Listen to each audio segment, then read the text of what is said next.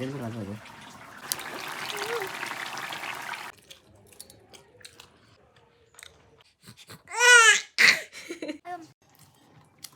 Hello everyone, good morning সবাইকে। কেমন আছো সবাই? আশা করছি ভালো আছো, আর আমরাও কিন্তু খুব ভালো আছি। তোমাদের সবার রিকোয়েস্টে চলে আসলাম আবারও একটা নতুন ব্লগ ভিডিও নিয়ে। তো আমি ঝুমা, বিপ্লব ঝুমা ব্লগে তোমাদের অনেক অনেক ওয়েলকাম জানিয়ে আজকে ব্লগটা শুরু করছি। আমার ছেলে এখন অনেকটাই ছোট, আর আজকে আমি তোমাদের সঙ্গে শেয়ার করব যে ছেলেকে নিয়ে আমার সারাটা দিন কিভাবে কাটে। আজকে তো রবিবার, আর ঘড়িতে বাজে 9:35, কিন্তু মনে হচ্ছে বলো একদম ওয়েদার বাজে, খুব ঠান্ডা পড়েছে আমাদের এদিকে। যাই হোক, আমার শাশুড়ি মা সবজি কেটে দিল, আলু আর ফুলকপি। তো মাছ দিয়ে আলু ফুলকপি দিয়ে তরকারি হবে, যেটা রান্না করবে আমার বড়মশাই। এদিকে সকাল সকাল আজকে এসেছে কৃষ্ণা, তো ওর কাছে রেখেই আমি গিয়েছিলাম একটু বাইরে। তো ঘরে এসে দেখি ছেলে আমার ঘুমিয়ে পড়েছে। আমার ছেলে যদি ঘুমিয়ে পড়ে তাহলে না ওকে আমি একটুও কোলে রাখি না, কারণ সবাই বলে যে বাচ্চাদের নাকি কোলে ঘুমালে কোল ঘুম হয়ে যায়। তো দেখো এদিকে কিন্তু রান্না প্রায় শেষের দিকে, আর এই বেগুনগুলো কিন্তু আমাদের গাছের বেগুন, বড়মশাই তুলে নিয়ে আসলো ভাজবে বলে। শীতের দিনে ছোট বাচ্চা নিয়ে কিন্তু খুব সমস্যায় পড়তে হয় জানো।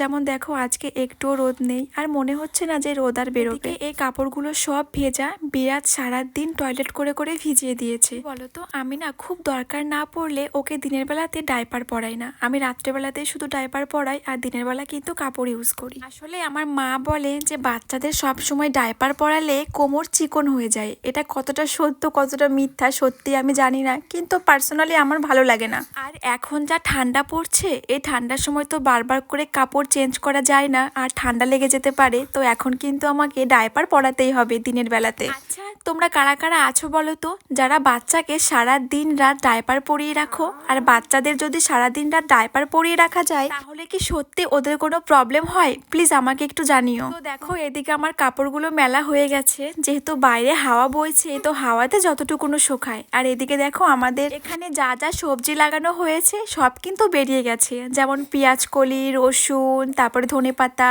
মূলো, লাল শাক। যাই হোক দেখো ওদিকে তো বরের রান্না হয়ে গেছে, আর ছেলে এখনো ঘুমোচ্ছে, তাই ভাত নিয়ে চলে এসেছি বারান্দায়, এখানেই বসে বসে খাবো।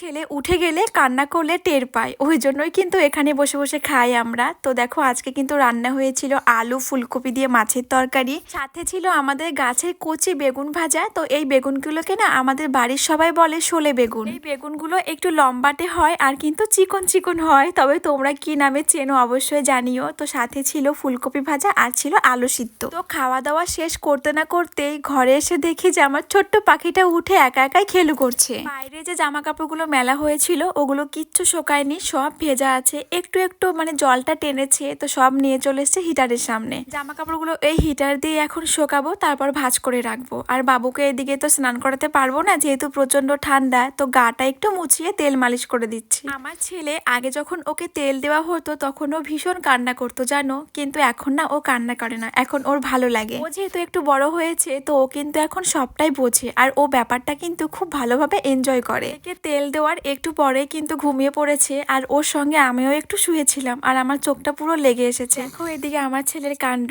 আমি উঠে যাব ও হয়তো জানে যে আমি ঘুমিয়ে গেলে মা আমার পাশ থেকে ঠিকই উঠে চলে যাবে। তো দেখো আমার নাইটের ফিতেটা কেমন করে ধরে আছে। এখন আমার শুয়ে থাকলে একদম চলবে না। এখন বাজে ঘড়িতে দুপুর 2:30, স্নানও করিনি, ফ্রেশও হয়নি, তার মধ্যে এই জামা কাপড়গুলো খাতে হবে, তারপর এগুলো ভাঁজ করে রাখতে হবে, ঘরটা ক্লিন করতে হবে, তারপর নিজে ফ্রেশ হবো। যেহেতু অনেকটা বেলা হয়ে গেছে, এখন আর এই অবেলা করে স্নান করা যাবে না। একটা সত্যি কথা কি জানো তো, আমরা মেয়েরা যখন মেয়ে থেকে মা হই তখন কিন্তু নিজেদের ভালো মন্দ সুখ দুঃখ সব ভুলে যায়, শুধুমাত্র সন্তানের মুখের দিকে তাকিয়ে। যেমন দেখোই না, যে মেয়েটা আগে কোনোদিনও একটা দিনও স্নান না করে থাকতে পারতো না, শীত হোক আর গরম হোক স্নান তাকে করতেই হতো। এখন সে মা হয়েছে, তাই সবকিছু করার আগে তার মাথায় কিন্তু তার সন্তানের কথাটাই আসে। যাই হোক ছেলে কিন্তু আমার ওদিকে উঠে পড়েছে, দেখো ওকে এই সবেমাত্র ঘুম পাড়িয়ে আমি কিন্তু জামা কাপড়গুলো শুকাতে বসেছি। প্রত্যেকটা মেয়েরই মা হওয়ার পর পুরো জীবনটাই কিন্তু 1 সেকেন্ডের মধ্যে পাল্টে যায়। আমরা যখন যা ভাবি তখন কিন্তু আর কিছুই করতে পারি না। কষ্টের মাঝে নিজের সন্তানের মুখের দিকে তাকালে সব কষ্ট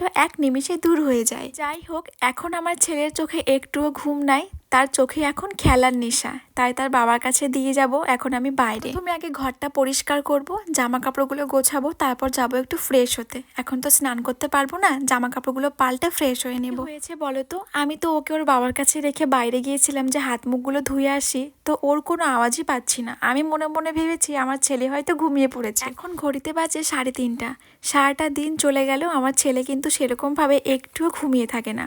তাও যে ও কেন অত রাত্রেবেলা ঘুমায় আমি সত্যি বুঝে উঠতে পারি না। বিশেষ করে বাচ্চারা যদি দিনের বেলাতে একটু ঘুমিয়ে থাকে তাহলে কিন্তু মায়েদের অনেকটা রেস্ট হয় আর অনেক কিন্তু কাজও করা হয়। আরও একটা কথা কি জানো তো, আমার ছেলের সামনে এখন আর কোনো কিছুই খাওয়া যায় না। ও কিন্তু অনেকটা ছোট, তাও না ও কোনো কিছু খাওয়া দেখলে ও নিজের মুখটা নড়াচড়া করে। যাই হোক, এখন ভেবেছি ছেলেকে একটু খাইয়ে ঘুম পাড়াবো, জানি না কতদূর কি হবে। এই যে এটাই আমার এই ছোট্ট ছেলেটাকে নিয়ে এইভাবেই আমার সারাটা দিন কেটে যায়। কোথা দিয়ে সকাল হয় কোথা দিয়ে রাত হয় আমি কিচ্ছু বুঝি না। আমার মতো তোমরা যারা নতুন মা আছো, তো তোমাদের কি করে বাচ্চা নিয়ে সারাটা দিন কাটে আমাকে এক লাইন বলে যেও। এদিকে আমি ছেলেকে বলছি যে বাবা একটু ঘুমাও, সারাটা দিন পার হয়ে গেল, কিন্তু ছেলে আমার সাথে এখন কথা বলবে, মানে সে এখন খেলবে, ঘুমাবে না।